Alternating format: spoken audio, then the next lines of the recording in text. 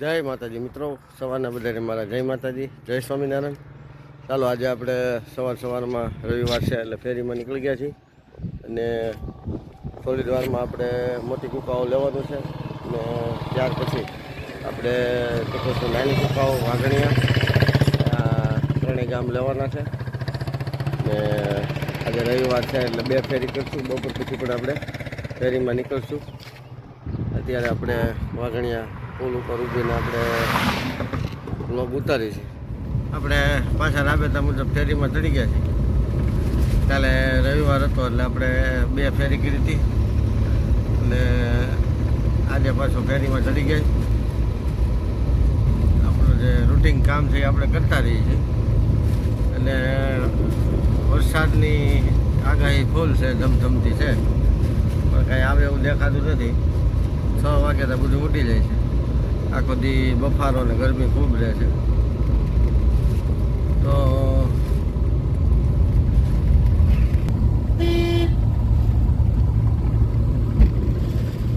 અત્યારે આપણે ફેરીમાં 2 ગામ લઈ લીધા છે એટલે ત્રીજા ગામ તરફ જાય છે. ખેતરોમાં વાવણી થઈ ગઈ છે, સરસ મજાના કપાસ ને એવું બધું ઉગી ગયું. ભાંડવી આમ તો બતાવું તમને મારા વ્લોગની અંદર.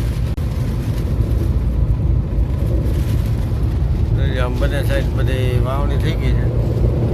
અમારે આ બાજુ વાવેતર થાય છે કપાસનું વધારે, પણ આ વખતે એવું દેખાય છે માંડવીનું થોડુંક વધારે વાવેતર થાય.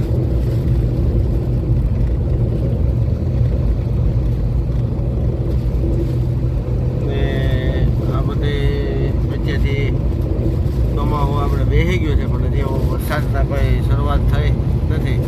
2-3 દી પહેલાં આપણે થોડોક અમરેલીની કૂકાઓ, નાની કૂકાઓ બાજુ હતો, એટલે આજે આ બાજુ કાંઈ વરસાદ ચાલુ થયો નથી, પણ થઈ જાય.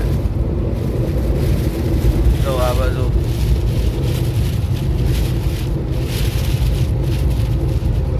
કપાસ ઉગી ગયો હે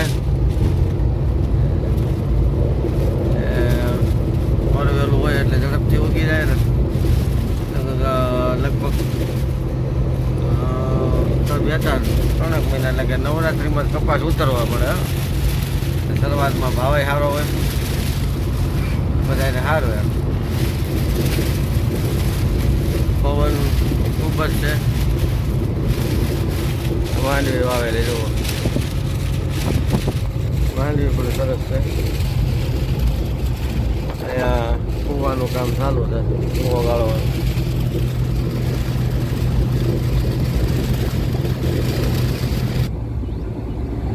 ને અમરેલીમાં આજે વરસાદ પડી ગયો, કદાચ હવે આપણે બગસરાનો આજ વારો આવે તો સારી વસ્તુ છે, કારણ કે હવે આપણે ગરમી બહુ વધારે પડે છે.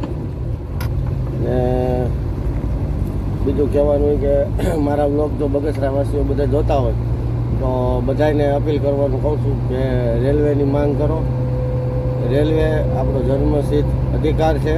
દર ચૂંટણીની અંદર આપણે ખૂબ સરસ મજાનું મતદાન કરી અને એને આપણે બધાય જીતાવીએ છીએ, તો આપણો અધિકાર છે કે આપણને બગસરાને રેલવે આપે. કોઈ પણ સંજોગે બગસરાને રેલવે આપે.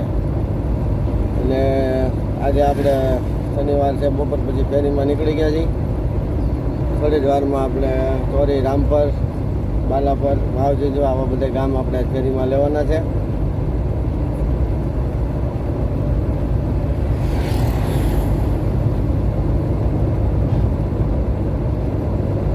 અને હવે અત્યારે આપણે 2 જેઠ મહિના હતા એટલે બીજો જેઠ મહિનો ચાલુ છે. અપર મહિનો પૂરો થઈ ગયો છે, પરસોત્તમ મહિનો. પરસોત્તમ મહિનાની અંદર બધાએ ખૂબ ભક્તિમય વાતાવરણ, ગામ બધા ગામડે સરસ મજાની આયોજન થયું અને બધાએ ખૂબ અપર મહિનો જે પરસોત્તમ મહિનો કહેવાય એ બધાએ સરસ મજાનો બધાએ ઉજવ્યો. બધાએ ઉપવાસ કર્યા, કોઈ એકટાણા કર્યા અને ભગવાનની ભક્તિ કરી. તો સારી વસ્તુ છે.